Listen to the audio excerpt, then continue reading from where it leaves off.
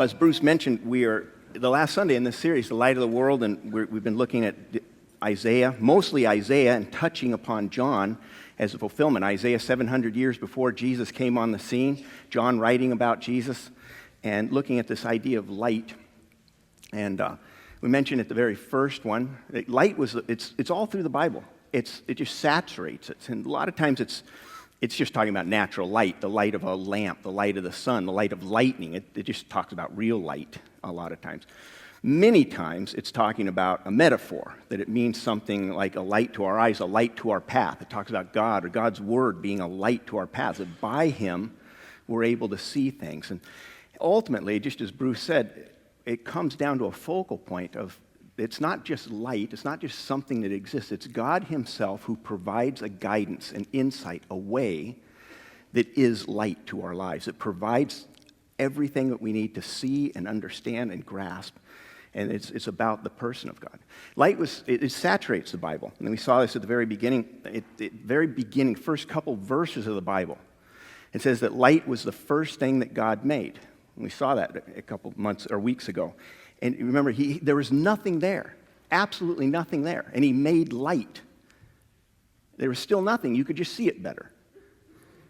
And he creates light, and through the whole of the Bible, it just continues until the very end. It talks about a recreated world where there's no need for a sun or a moon because the light of God is just present.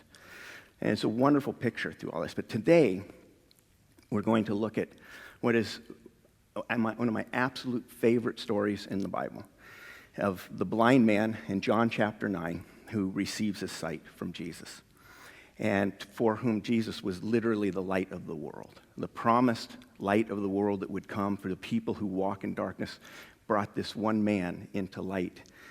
And the story is, in this one chapter, we have a picture, almost the perfect picture of how John, the writer of the gospel, understood the work of Christ.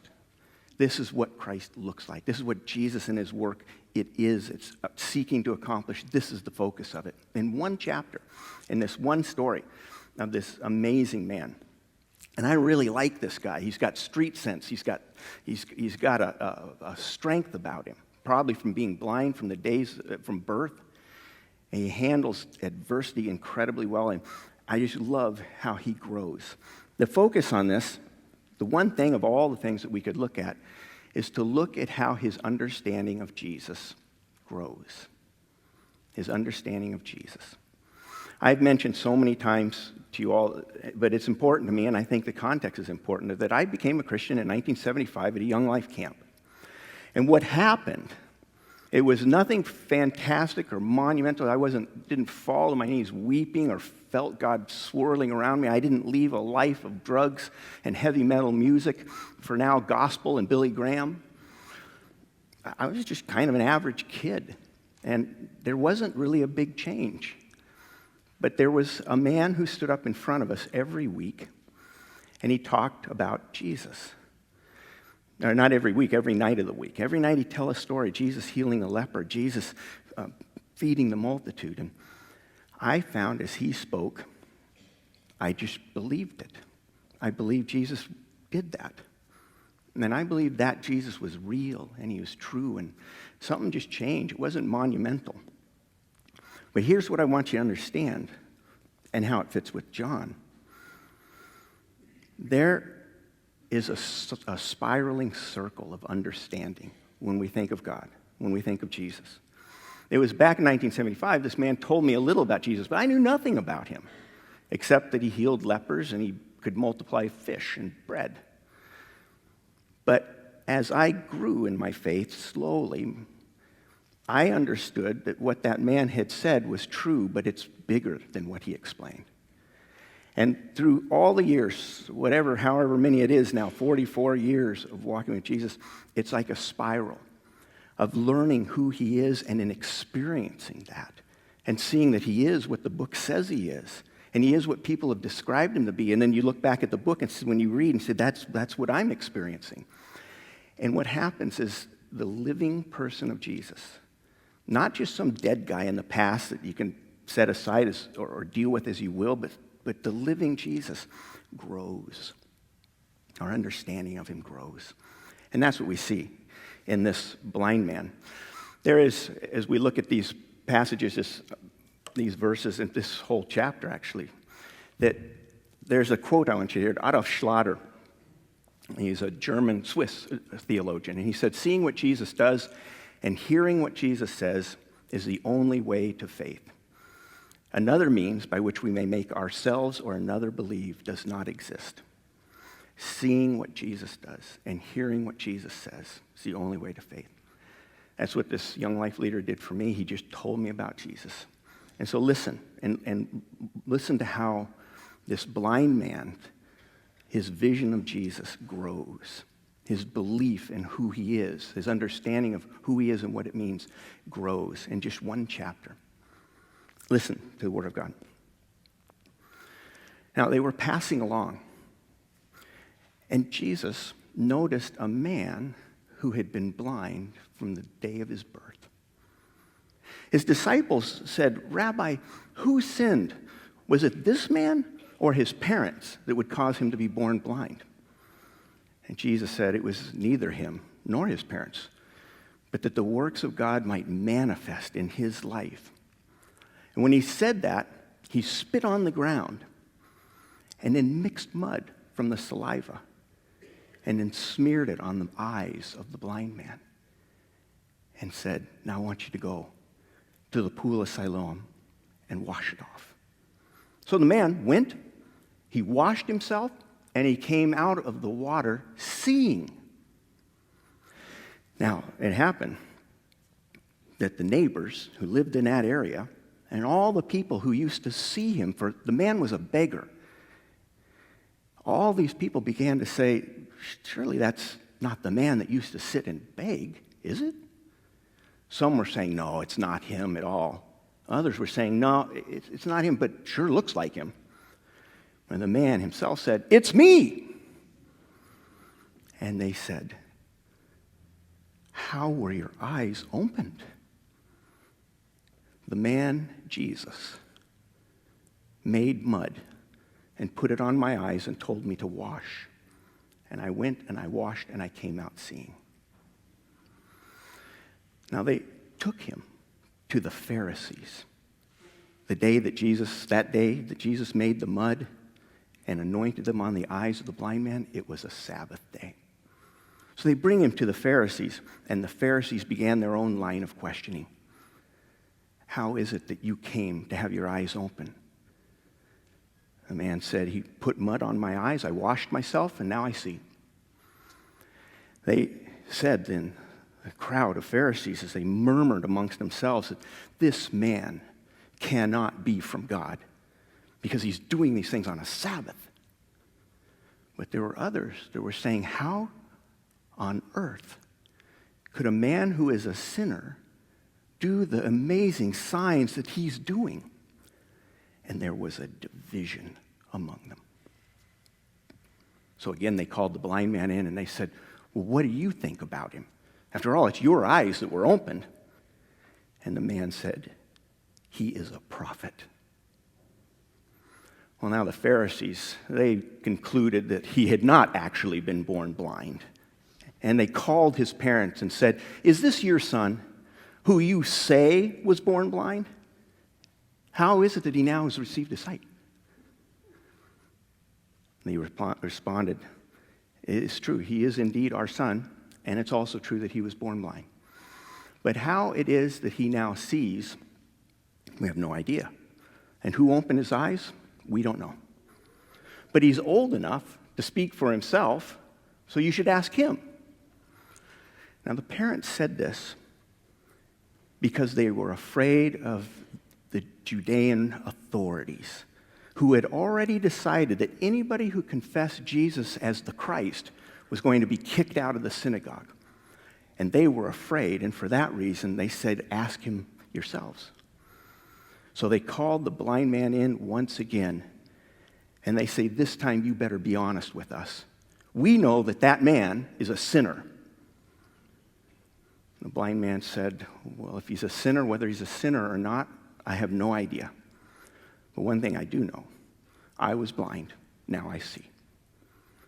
They responded again, well, what did he do to you? How did he open your eyes? He said, I've already told you, and you didn't listen. What more do you want to hear? Do you want to become his disciples too? With that, they spit out, you are that man's disciple. We are disciples of Moses. We know that God spoke to Moses. But this man, we don't even know where he comes from.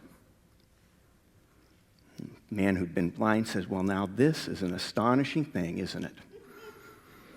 You don't even know where he came from, and yet he opened my eyes.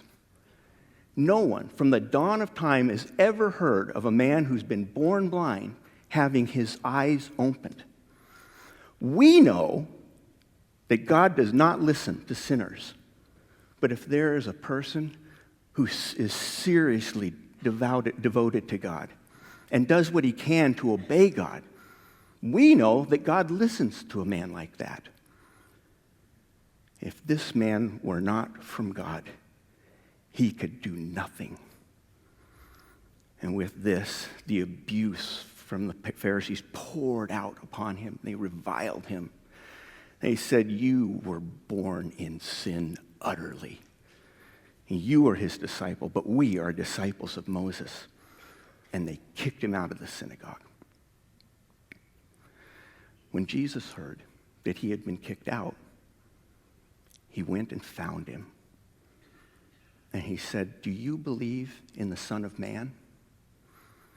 And the blind man said, formerly blind man said, who is he, Lord, that I might believe in him?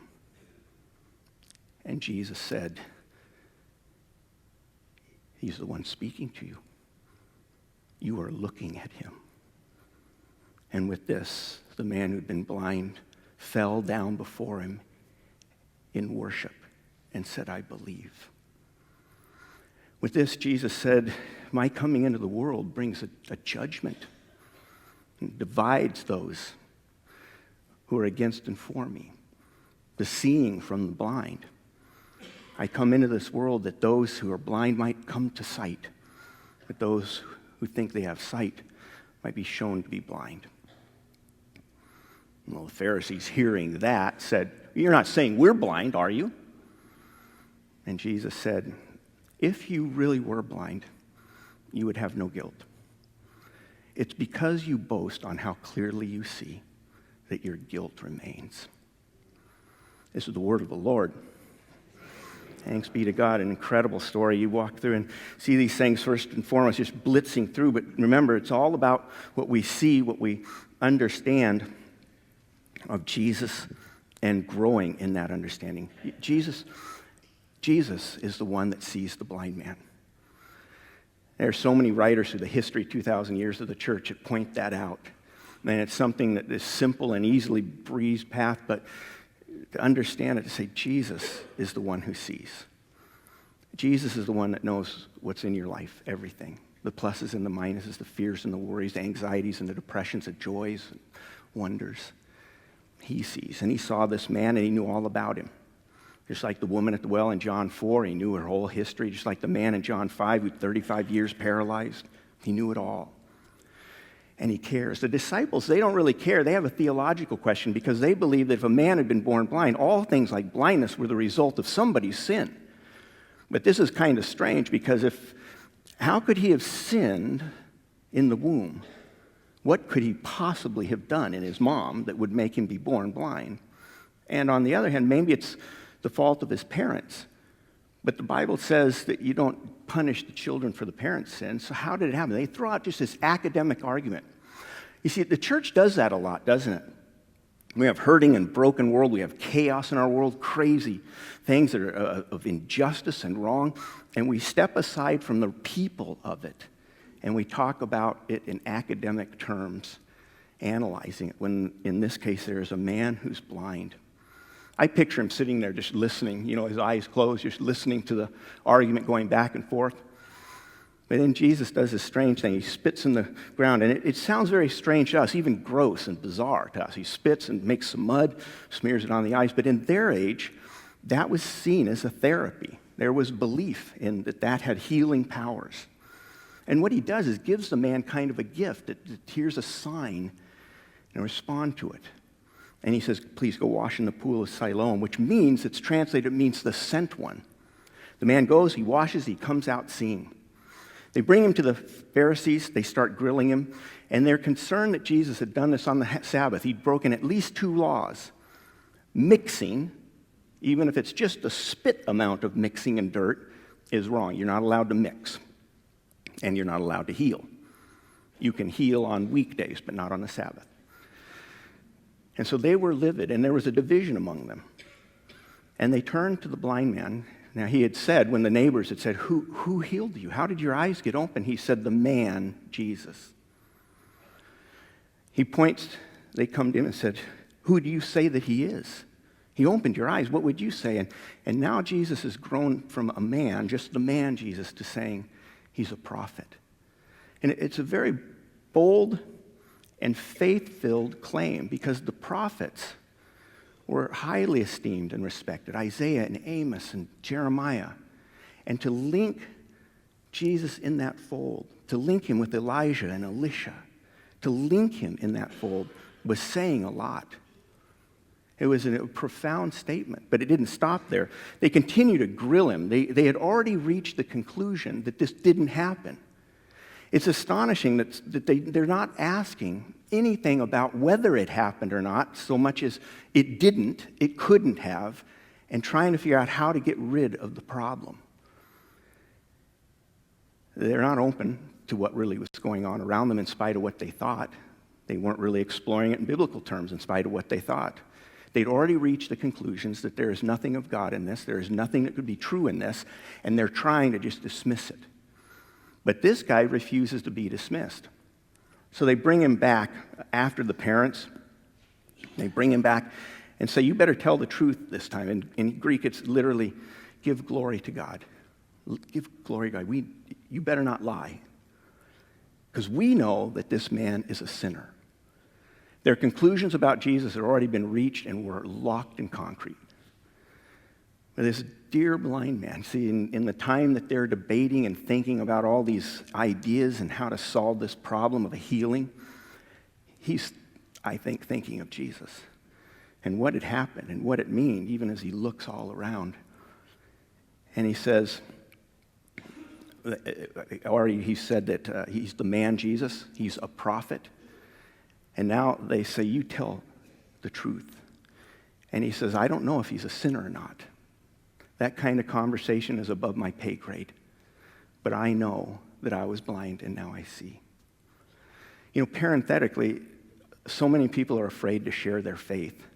And they say to me, I just don't know the Bible well enough. I don't know my faith. I don't know theology well enough. You don't need to know theology well enough. You don't have to know the Bible well enough. All you have to say is, he changed my life. This is what he's done. For me, I love theology, and I'll read it as much and as deep as I can. I love it. But it comes down, all of this story comes down not to the books, Karl Barth and Calvin and Luther and all this deep and good and wondrous stuff. The center of my life is the simple fact that he changed me. And he didn't just change me in 1975. He changes me every day. He takes away struggles, depression, anxiety. He takes stuff away. He gives joy. He breaks the power of addictions and sorrows. He changes people. And he does it in such a way that you know when you're walking in this, that this isn't something you just pulled off, a change that you just mustered up. You know that there's a change so deep and so profound that it's something that I couldn't do, and he did it. And that circle grows. And so the man is brought there and says, one thing I know. That's the message for any of us. I don't know what it means that he rose from the dead and how that worked and what happened on that Sunday, but I know my life is changed by it.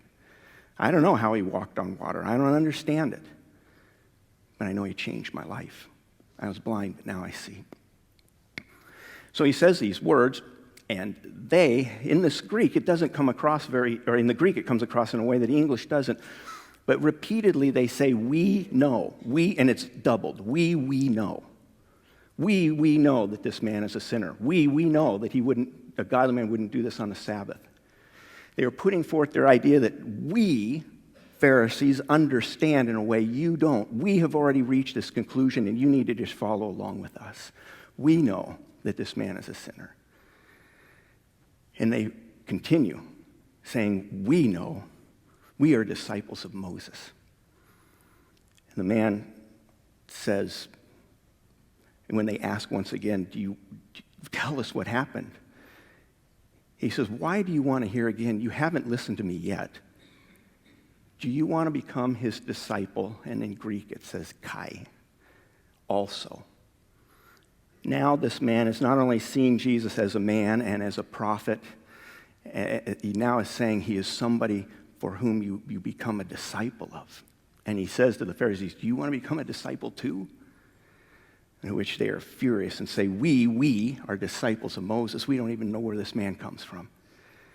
To which the blind man responds, a great answer. He says, well, now this is astonishing. It literally is what it says in the Greek. This is astonishing. You don't know where he comes from, and yet he opened my eyes. It's his way of saying you're missing the point.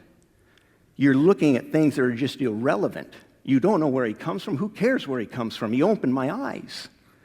But then he does a wonderful thing, and this is what I love the most about him, maybe second most, is he fires back at them and says, we know.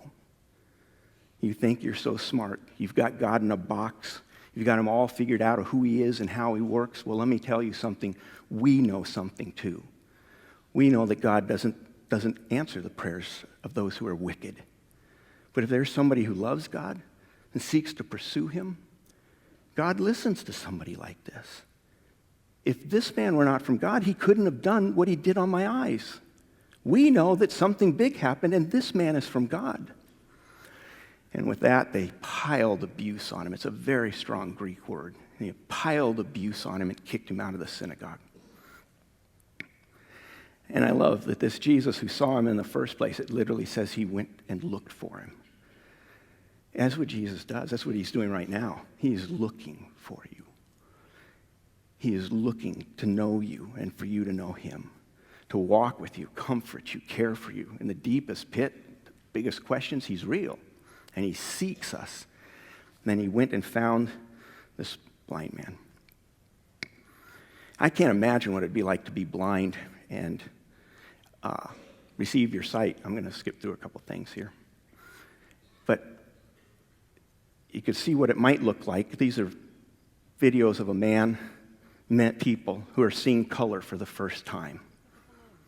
First time in their lives they've seen color. What colors you see?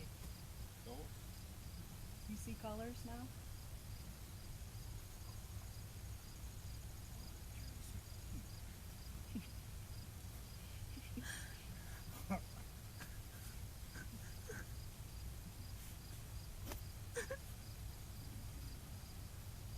Now you have rose-colored glasses, baby. Now you see with our eyes. You like the balloons?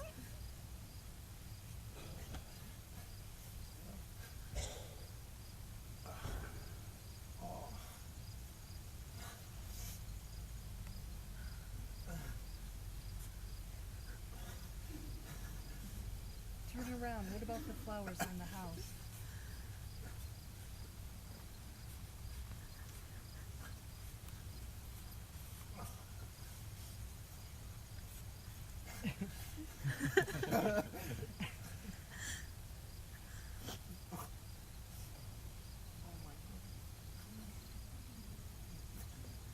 Doesn't look like mud. It looks like brighter mud.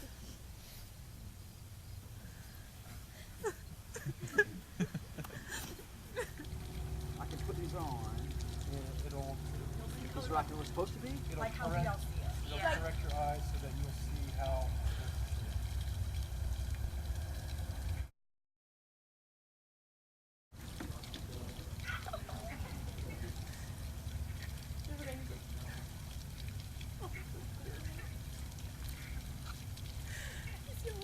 It's okay.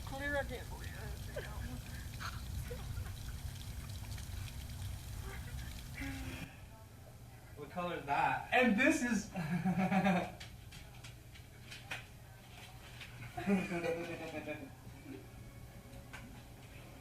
Is this red? Yeah. Mm-hmm. This is really red? Yeah. Like a reddy orange. Color those balls behind you.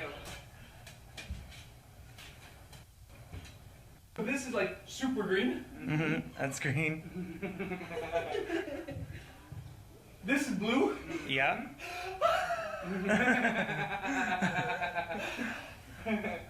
Yay! It's kind of like actually mind blowing. This purple. Yeah. I can't believe it. Believe it! I can't believe it. Look at the table, man. Like, there's so many colors in it. Oh my God, it's so real.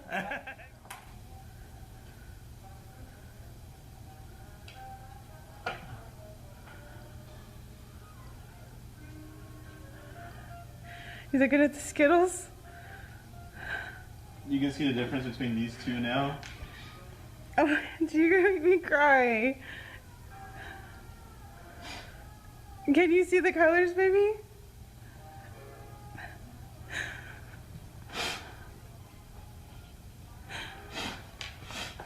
Is this purple?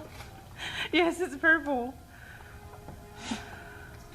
I've never seen that like that. Oh my gosh, I'm freaking out. This is so exciting, all right? Should you show them some flowers that I'm seeing pretty much one color as? Flowers that I've never been able to see. Okay, we ready? Oh. Oh.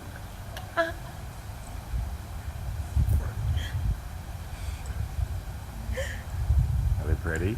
Oh my gosh, they're beautiful.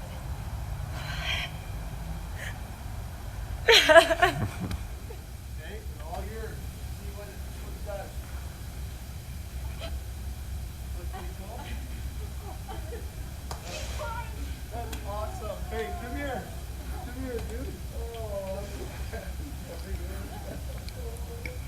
Mom, you better get in there too. That is so awesome. I told you it's going to be a little emotional. So I can't imagine what the blind man was like. To have his eyes open, but the end of the story is just incredibly beautiful. And Jesus finds him. And he says, "Do you believe in the Son of Man?" At this point, Jesus could have pointed to anybody because he so trusted him. And Jesus says, "It's the one speaking to you, the one you see." Can you imagine that? You've never seen anything in your life, and now you've had your eyes open, and the one who did it stands in front of you and says, "You're looking at him." He says, "Lord, I believe," and fell down in worship. He's moved from the man Jesus to his being a prophet, to somebody whom you could follow as a disciple, to someone who was sent from God, to someone who in some way God is in ways that are unknown and unfathomable and worthy of worship. There's one final thing in closing that there is in all of this. Every time in the Greek that it talks about the man's blindness, it puts it in such a way as to say, to express his blindness, his former blindness. There's a focus on his. But when that arises in Greek, it's a focus of saying subtly, in between the lines, how about yours? Are you seeing Jesus for what he is, or is your mind closed to him? Have you already made all the assumptions of who he is and what he's done, and there's nothing else to look like? How is your sight?